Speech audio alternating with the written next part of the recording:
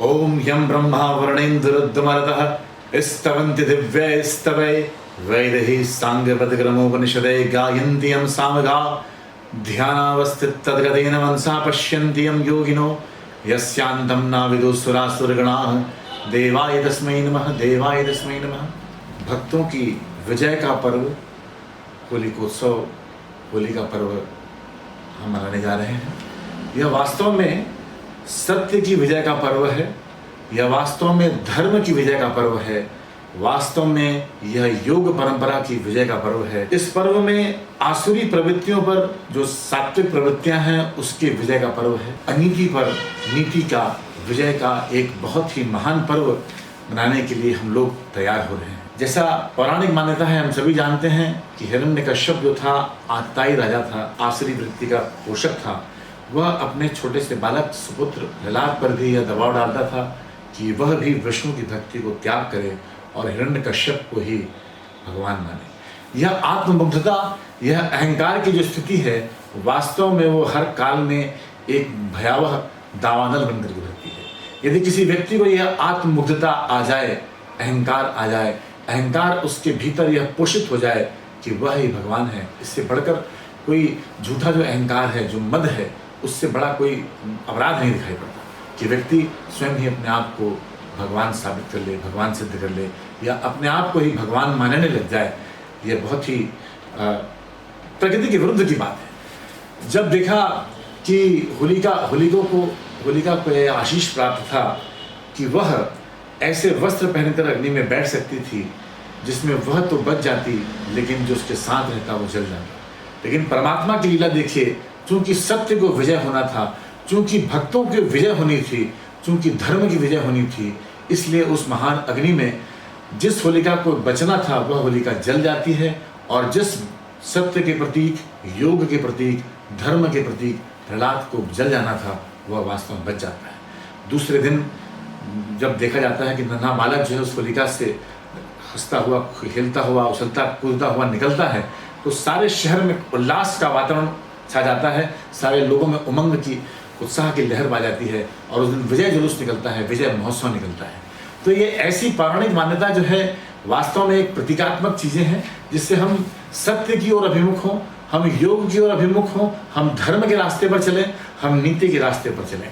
ऐसे महान पर्व की महत्ता जो है सर्वकाल प्रासंगिक है। भारत जो है ऋषि प्रधान और एक कृषि प्रधान देश रहा है।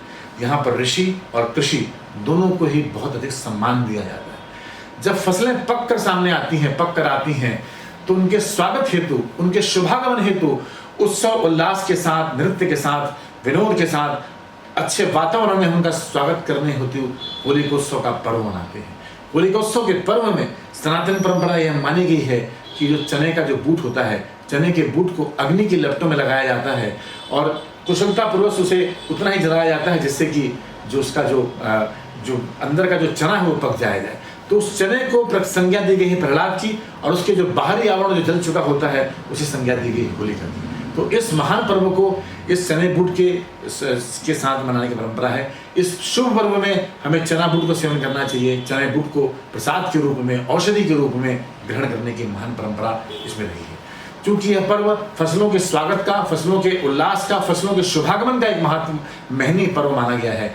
इस होलिकोत्सव के पर्व में जब भी हम अग्नि जलाते हैं तो हम अग्नि को ओम भूर्भुवः स्वः कर कर आगमन करते हैं, उनकी प्रतिस्थापना करते हैं। वास्तव में यह भैषज यज्ञ का विकृत रूप है। भैषज यज्ञ का वर्णन जो है हमें छांदोग्य उपनिषद में मिलता है। यह उपनिषद की परंपरा है, यह उपनिषद से आता है। इसमें मंत्र आता है भैषज यज्ञ वा एते ऋतु संधिषु प्रयुज्यन्ते, अर्थात यह जो हवनावली है, यह जो होलिकोत्सव है, यह ऋतु के संधि काल के समय में, ऋतु के योग काल के समय में, संयुक्त बेला में इस पर्व को मनाया जाता है। इस संयुक्त बेला में संक्रमण की अधिक संभावना रहती है। इस संधि बेला में रोगाणु जो होते हैं, जो वायरस जो होते हैं, वो ज़्यादा एक्टिव होते हैं, वायरसेस को जो है ज़्यादा बल मिल जाता है।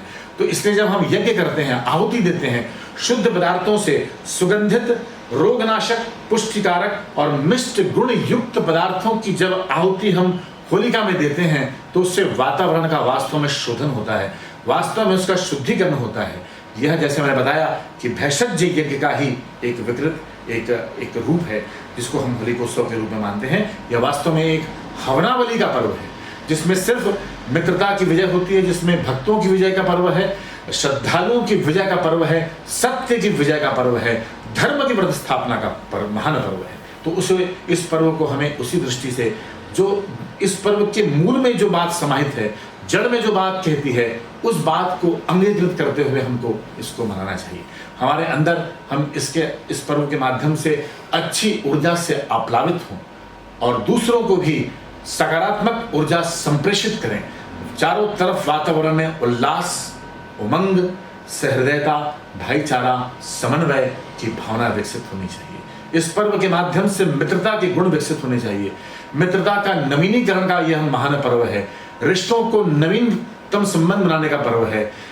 परिवारजनों के बीच एक नया अनुबंध बनाने का पर्व है। मित्रता को नया रिनोवेट करने का पर्व है। तो यह वास्तव में पूर्णतः सकारात्मक, पूर्णतः ज्ञानवर्धक, पूर्णतः हंसी खुशी आनंद अच्छे मिष्ठान्न खाने का पर्व है। हम अपनी खुशियां जो है अपने मित्रों को, पड़ोसियों को, रिश्तेदारों को, अपने परिवार के संगों के बीच बांटते हैं।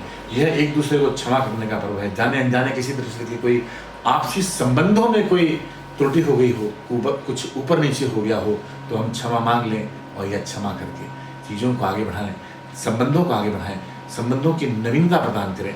तो यह जो त्यौहार है भारतीय संस्कृति में एक महत्वपूर्ण स्थान रखता है और इस पर्व को नव सचेष्टि यज्ञ के रूप में मनाया जाता है।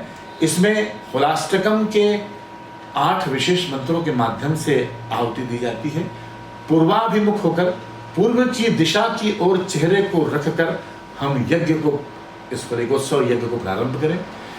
उस होलिकोत्सव में हम आम की लकड़ियाँ, पीपल की लकड़ियाँ और ऐसी लकड़ियों का उपयोग करें जिनके माध्यम से वातावरण का जो शोधन है, वायु का जो शोधन है, हवा का जो शुद्धिकरण होता है, वह निश्चित तौर पे हो। इस यज्ञ में हम जटामासी, अनाज, सुगंधित फल फूल, काष्ठ, समिधा आदि चीजें डालते हैं। रोगनाशक औषधियों को डालते हैं, पुष्टिकारक दवाइयाँ, द्रव्य पदार्थ डाले जाते हैं, जिससे कि चारों तरफ सुगंध का वातावरण फैले और जो भी वायरसेस हैं, जो भी नेगेटिव वायरस हैं, जो भी नकारात्मक चीज़ें हैं, वह वातावरण को पूरी तरह से वातावरण से पूर्णतः विमुक्त हो जाए और वातावरण का पूर्णतः एक नवीन शोधन हो, शुद्धिकरण हो, एक पूरी तरह से सफाई हो जाए वातावरण की।